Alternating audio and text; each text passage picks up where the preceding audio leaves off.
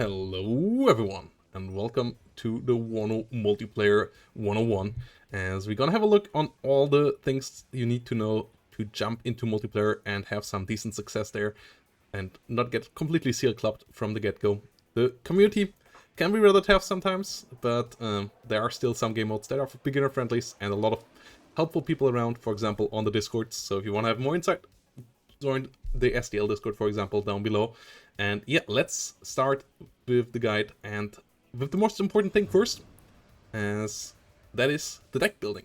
As unfortunately, the custom decks that Eugen provides, they aren't the best. So you should create your own deck or copy a deck of a decent player around.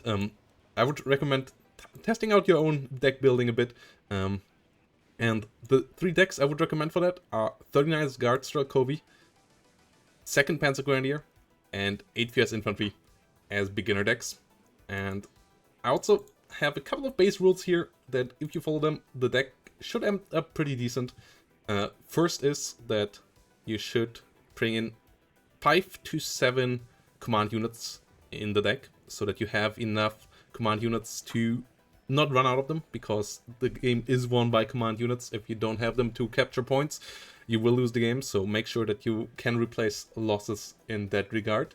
The second one is you should fill all 1 and 2 cost slots in all the tabs that you have, and start with that first, and then fill out 3 cost slots as you feel like in the end, but make sure that your deck has enough depth. Next, all veterancy should be level 1 for base line, and you should have around 40 to 50 infantry units. If you feel like the availability is too low or too high, and you want to up vet further, go higher, but this 1 vet is the go-to, because on the lowest veterancy level, people lose the units lose a lot of combat effectiveness. And on the high ones, they lose a lot of availability. So to make sure that you get through a full game, start on 1 vet and adjust from there. And then the other thing is, next to 40 to 50 infantry, you should have 3 or 4 recon cards. And yeah, 2 cards of fighter aircraft as well, to make sure that you can defend yourself against enemy air units at the beginning. And then go from there and see if you can maybe survive a 1 in the future, but start with 2 fighter cards in your deck building. So yeah, this is deck building. Let's move on to the game modes. As when you click on multiplayer, there are a good couple of choices. The menu is not the best. I hope we will get an easier matchmaking system in the future. Eugen said they might want to work on it. We don't have it yet though, unless it is ranked for 1v1. There, you just pick your deck, and then you load and find an opponent. It's based around your elo and the enemy's elo, though the filter can widen quite quickly, so you might have some mismatches there. And I wouldn't recommend jumping directly in there. The easiest game mode to jump into is the 10v10 game mode, and 4v4 and 5v5s. I would recommend going for Conquest. You can see here, Capture Flag, Conquest game mode here on the side. Destruction is a cool game mode as well, but a bit more casual, and also full of people that just play Destruction, so you will struggle there a good bit more. Go for one of the normal 10v10 or tactical 10v10 servers at the beginning, and try to learn the game there in Conquest, and then pivot either to 1v1 once you feel ready and good enough controls, or custom 2v2 to 4v4 lobbies if you want to be more with the team games, which is all great as well. And yep, that's this part. Let's jump right into a game and talk about the basic controls and the unit setup. And yeah, both for the setup and the deck building, I also have some slightly deeper tutorials that you can check out. But the baselines of the setup are that you want to have around 300 points in recon, and with the normal 1500 point start. If you start with half, you want to have around 150 points in recon, and then you also want to start with around 250 to 300 points in AA, to make sure that any helo rushes or air rushes don't completely overwhelm you. And then around that, you can start to deploy more recon so that you see things and you have a bit of forward deployment to get yourself into positions. You usually want to stay on your side of the map with a bit of leeway, a good bit behind, like around 500-600 meters behind, so that your units don't get destroyed whilst unloading. And you want to give them unload commands from the get-go, and then the rest of the units you can deploy as they come. You really should learn the hotkeys for all your units. Unload at position, for example, for me here is that if you hover over the keys, over the orders, they tell you the hotkey on the side as well that you have set. And unload on position, even if you press it when calling in units later, they still come in like that as well. For example, if I choose the Motostrelki here, then press Z and then click here, it immediately comes with that unload command. You also want to use the function down here that says show all orders to see what units of yours have orders and what kind of order it has, as they are all color coded.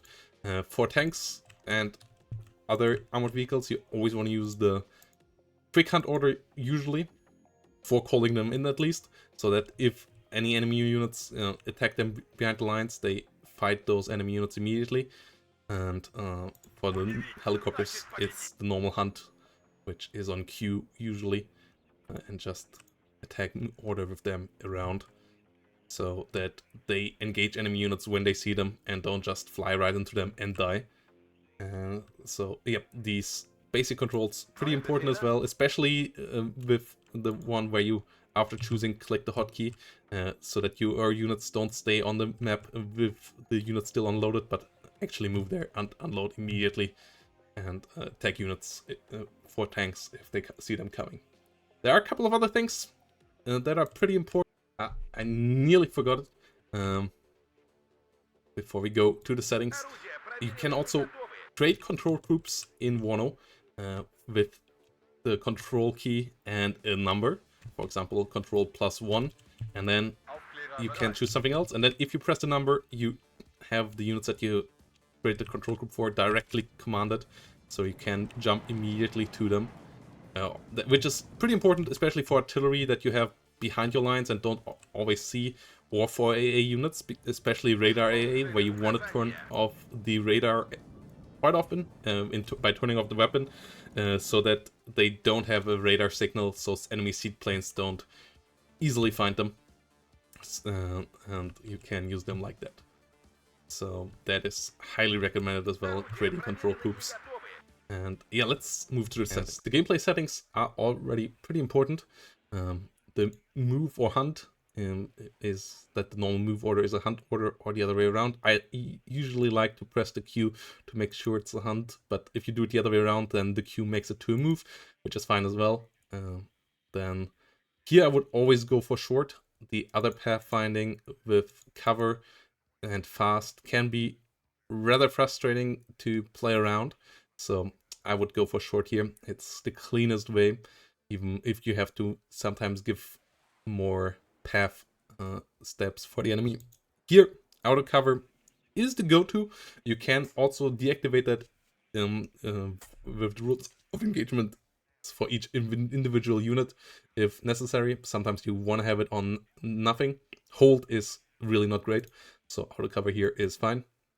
The rules of engagement, out of range reaction. Passive is if you have the APM. Otherwise, I would put it onto defensive, because, for example, tanks try to get out of ATGM range and even use smoke to protect themselves from ATGMs if you have it on defensive, which can be quite helpful if you don't quite have the APM and are still learning the game and are a bit overwhelmed with all the things happening. Then defensive is recommended here. Otherwise, I would use passive. And here on unarmored units, vehicles, I would use fire drill. Otherwise, transports don't get shot at, and they are worth 20 points for the enemy if they get back. And also some helicopters and so on might not be fired upon, which is sometimes quite annoying. So I would put fire drill here, and same here with ground missiles. I would either make it non-empty transports, so that they shoot at enemy transports that have units inside, or all units. The non-empty transport option sometimes leads to issues that when they unload, the enemy immediately switches target, and the ATGM doesn't even connect with that transport anymore at all. So yeah, all units is if you have a bit more control. Non-empty transports is if you want to have it a bit easier and have it easier to focus fire on valuable targets, or don't have to do that manually. Auto sail, absolutely recommended. You can turn it off for individual units in the bottom menu at all. For artillery, I would do that so that you can reposition them. But outside of that, it really saves you a lot of micro when your transports get automatically sold, and most of the time you don't reposition your infantry with those trucks. So the sellable trucks should be on auto sell. Same goes for the helicopters, so that they go back. And then down here, the important one is automatic Winchester out of ammo evacuation for planes. And I would recommend you to put that on no. It is a bit more micro intensive, but if you have it on yes, if your plane drops the bombs, it immediately comes home, even if it still has air-to-air missiles, for example, on some planes. And it also might take a bad turn. If you have it on no, you can give it a shift order to decide in which direction it turns, so that it turns away from the enemy AA. If you have it on yes, it will decide on its own in which direction it goes, and it doesn't take an assessment of enemy air defenses, so it might turn directly into enemy air defense. So I would put it on no and try to learn on giving it a shift command as a follow-up to a ground attack, so that your units evacuate here a bit better. Interface also has a couple of important things. These up here you can decide on your own. All of them have their pros and cons. The requisition menu, I would say keep it always open, so that you don't have to do an extra click every time you want to buy new units to open the menu. It doesn't take super important space on the screen, and it saves you a click each time you want to bring in a new unit, so that is pretty helpful. Then another important one is auto create tactical groups when buying identical units. I would put that on no, as otherwise you will always give an order to all units when you give an order to one of those units, if you bring them in as a group, until you press this band on those. And plus, you can also not add them to any other hotkey groups. They are bound to their group then, and this is not really a helpful function.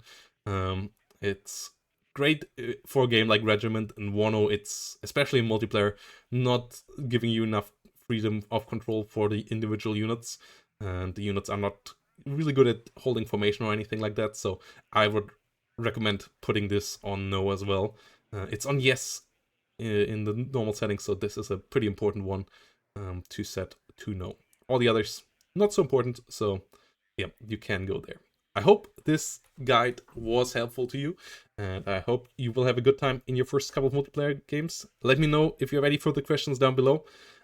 Yes, as I said before, you can find deck lists down below in the comments as well if you want to check out some of the other divisions, and I hope to see you on the battlefield. Bye bye, and have a great day.